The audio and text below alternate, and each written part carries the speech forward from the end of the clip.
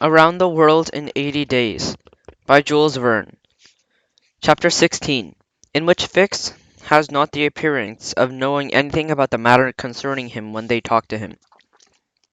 The Ragoon, one of the vessels employed by the Peninsular and Oriental Company in the Chinese and Japanese seas, was an iron screw steamer of 1,770 tons, and nominally of the 400 horsepower. She was equally swift, but not so comfortable as the Mongolia. Mrs. Oda was not well fixed in her as Phileas Fogg would have desired. But after all, it was only a distance of 3,500 miles. The young woman did not show herself a troublesome passenger.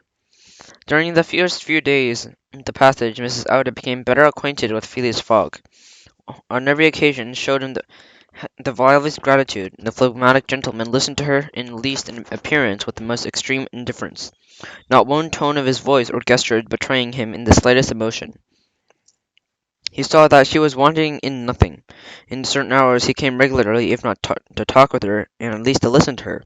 He fulfilled towards her with duties of the strictest politeness, but with the grace and startling effects of an automation whose movements had been put together for that purpose. Miss Auda did not know what to think of him, but Passepartout had explained to her a little the eccentric character of his master, and he told her that what sort of a wager he was taking round the world. Miss Auda had smiled, but after all, she owed her life to him, and delivered her not and her deliverer could not lose, because she saw him through her gratitude. Miss Auda confirmed that the narrative of the guide in reference to her affecting history she belonged, and that, to the race which occupies the first rank among natives. Several Parsee merchants have made large fortunes in India and cotton trade. One of them, Sir James Jehoy, was raised to nobility by the British government, and Miss Auda was a relative of this rich person, who lived in Bombay. It was indeed a cousin of Sir Jehoy, an honourable Jehi, whom she counted on joining at Hong Kong. Would she find a refugee with him in assistance? She could not say so positively, to which Mr. Fogg replied that she should not be uneasy, and everything would be mathematically arranged, and that was the phrase he used. Did the woman understand this horrible adverb? We did not know. However, her large eyes were fixed upon those of Mr. Fogg, her large eyes, as clear as the sacred lakes of the Himalayas. But this intractable Mr. Fogg, as reserved as ever, did not seem to be the man to throw himself into this lake. The first part of the Ragoon's voyage was accomplished under excellent conditions. The weather was moderate, and lower portions of this immense Bay of Bengal was favourable in the steamer's process. The Rangoon soon sighted the great Andaman, the principal of one of the group of islands, in which distinguished by navigators at a great distance by picturesque Savile Peak Mountain, 2,400 feet high, and they kept pretty close to the coast. The savage Papoons of the island did not show themselves. They are beings in the lowest grade of humanity, and they have been wrongfully called cannibals. The panoramic development of this island was superb. Immense forests of palm trees, arax, bamboo, nutmeg trees, teak wood, and giant mimosas, like tree-like ferns, covered the country in the foreground, and the background stood there in out relief, in the graceful outline of the mountains. Along the shore there were swarmed by thousands of those precious swallows, whose edible nests formed such a dish much sought in the celestial empire. But this varied spectacle offered to the eyes of the Ataman group passed quickly, and the Rangoon swiftly pursued her way towards the Strait of Malacca, which they were to give access to the Chinese seas. During this trip, what was Detective Fix doing, so unluckily dragged into a voyage round the world? Well, on leaving Calcutta, after having left instructions to forward the warrant to him in Hong Kong, if it should arrive, he succeeded in getting aboard the Rangoon without being perceived by Passepartout. He hoped that he might conceal his presence until the arrival of the steamer. In fact, it would have been difficult for him to explain how he was on board without awaking the suspicion of Passepartout, who thought he was in Bombay. But he led to renew his acquaintance with the good fellow by very logical circumstances. How? We will see. And all the hopes, all the desires of the detective were now concentrated on a single point of the world. Hong Kong, for the steamer would not stop too short a time in Singapore for him to operate in that city. The arrest of that robber must be then made in Hong Kong, or he would escape irrecoverably. In fact, Hong Kong was still English soil, but the loss he would find on the road, beyond China and Japan, America would offer a pretty certain refugee for Mr. Fogg. Hong Kong, he should finally be there, the warrant of arrest, which was evidently running after him. Fix would arrest Fogg, then put in the hands of the local police. No difficulty there, but after Hong Kong, a simple warrant of arrest would not be sufficient. An extradition order would be necessary. Thence delays and obstacles of every kind, of which the rogue would take advantage to escape finally.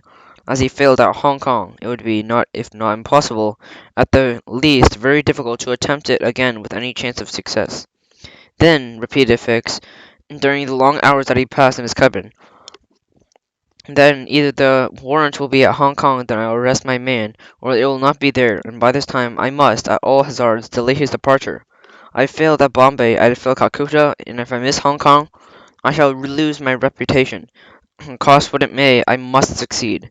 But what means I shall employ to delay, if necessary, the departure of this accused Fogg. As a last resort, Fix had decided to tell everything to Passepartout, to let him know who the master was and he was serving, and whose accomplice he was certainly not. Passepartout, enlightened by this revelation, fearing to be compromised, and without a doubt taking sides with him. Fix, but with very hilarious means, could only be employed in default of any other. One word from Passepartout to his master would have been sufficient to compromise the affair irrevocably. The detective was then extremely embarrassed when the president of Mr. Ouda on board of the Rangoon, in company with Phileas Fogg, opened new perspective to him. Who was the woman, and what combination of circumstances made her Fogg's companion? The meeting had evidently taken place between Bombay and Calcutta, but at one point of the peninsula. Was it a chance that had been brought together by Phileas Fogg and a young traveller?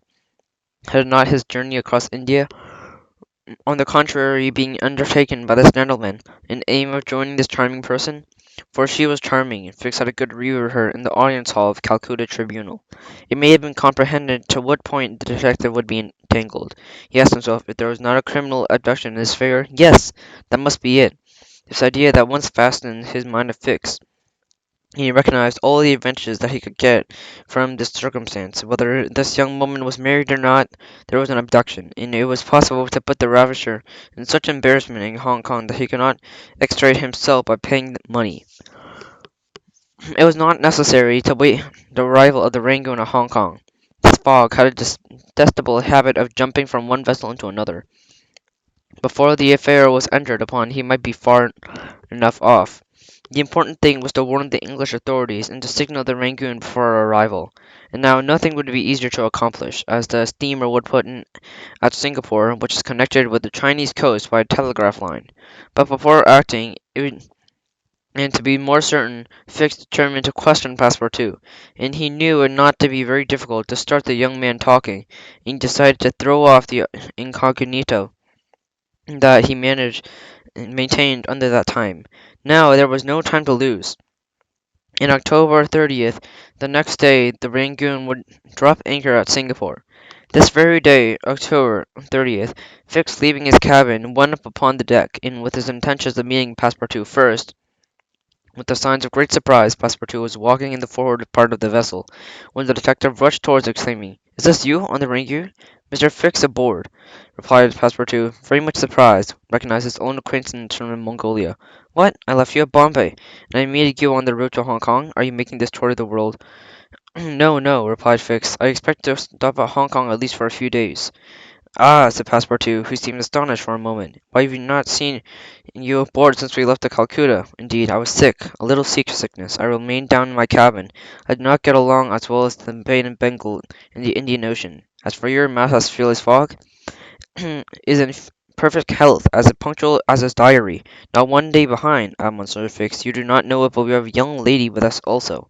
"A young lady?" replied the detective, who acted exactly as if he did not understand what his companion was saying. But Passepartout soon gave him the thread of the whole story. He related the Indians to Pagoda, Bombay, the purchase of the elephant at the cost of £2,000, the Sooty affair, and the abduction of the Ouda, and sentence of the Calcutta court after their freedom under bail.